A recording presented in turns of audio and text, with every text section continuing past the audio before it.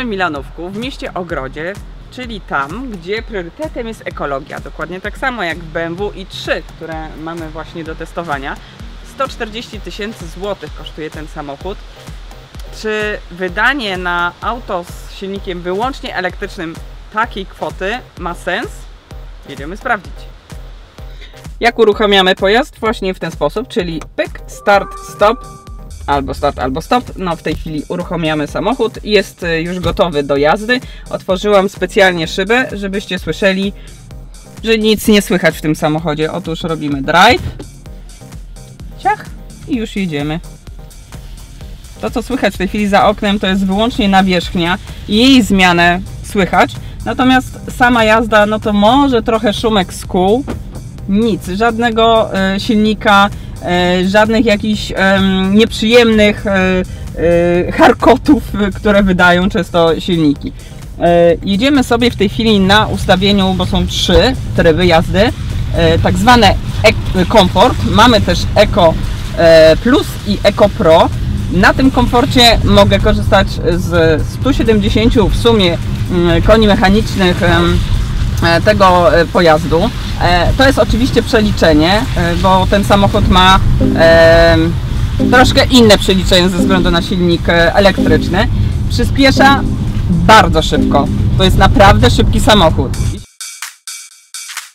Wracając do trybów, na tym komforcie mogę przejechać około w tej chwili na pełnej naładowanej baterii mam 122 km zasięgu.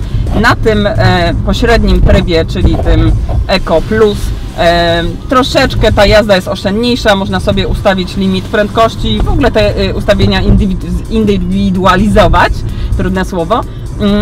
Natomiast na tym najbardziej zasięgowym trybie Eco Pro no nie możemy korzystać z klimatyzacji ani z ogrzewania, za to samochód jest wentylowany po prostu naturalnie, czyli tym, co powietrze wpływa sobie do samochodu i jest nieco chłodniej.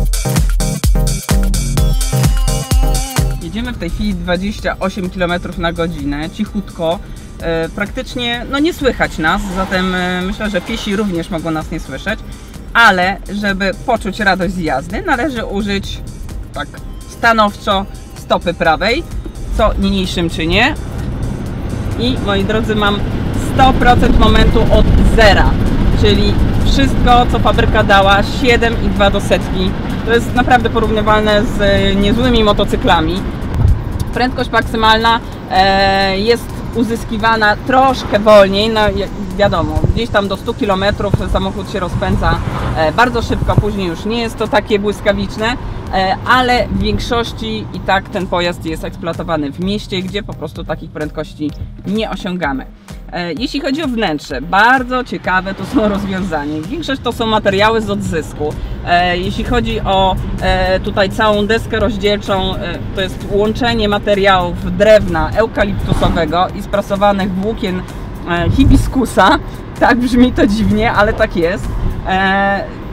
Bardzo takie materiały premium. W dotyku naprawdę nic tu nie trzeszczy, nie jest jakieś nieprzyjemne, jest tu bardzo przytulnie, wnętrze jest jasne, no czujemy się jak w jakimś luksusowym salonie czy pokoju hotelowym.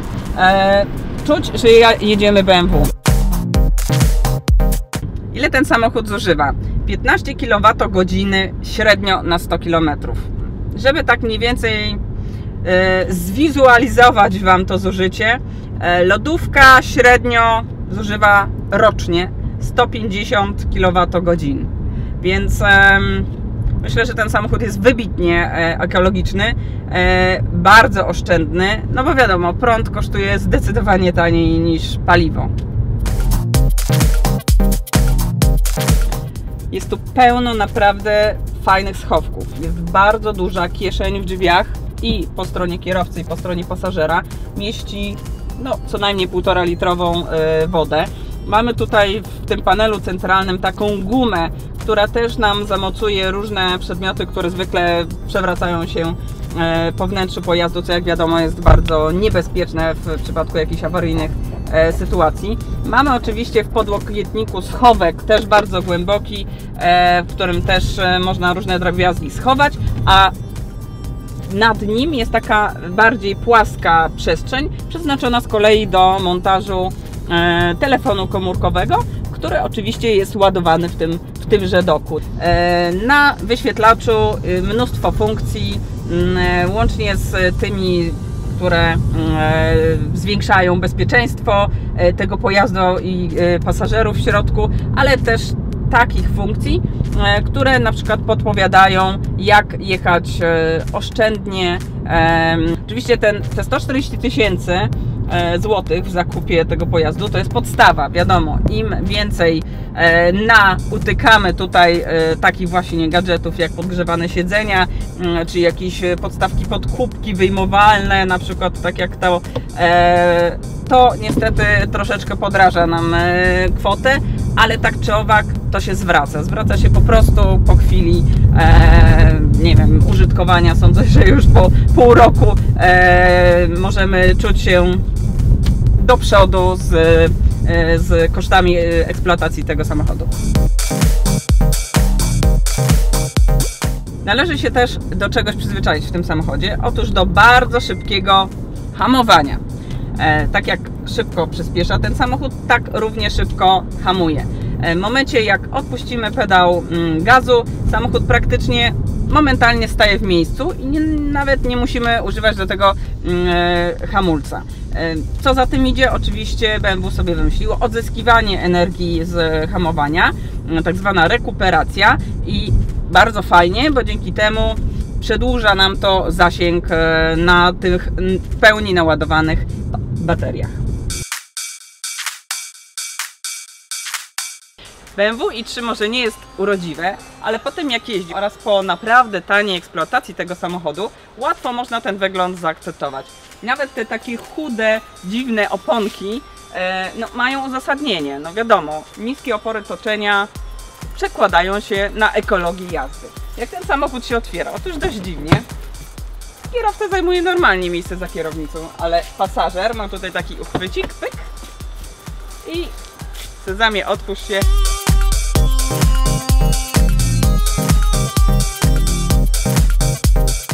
Jak widać, miejsca jest sporo, nawet na tylnej kanapie. Ja tutaj zasiądę, pyk. Można się uderzyć w głowę jednak.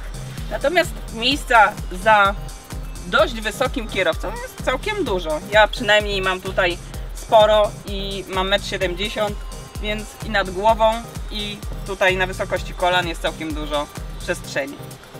Natomiast są też wady, niestety. Otóż, jeżeli kierowca zajmie miejsce za kierownicą, zapnie się pasami, no to już niestety, po pierwsze nie możemy tutaj zamknąć wyłącznie przednich drzwi, jeżeli tylne są otwarte, to pasażer niestety nie wsiądzie, no bo pasy są mocowane tu. W związku z tym kierowca musi się odpiąć z pasów, wtedy możemy dopiero otworzyć tylne drzwi i zająć miejsce na tylnej kanapie. Zamykamy, zamykamy i tak wygląda ta konfiguracja w wersji zamkniętej.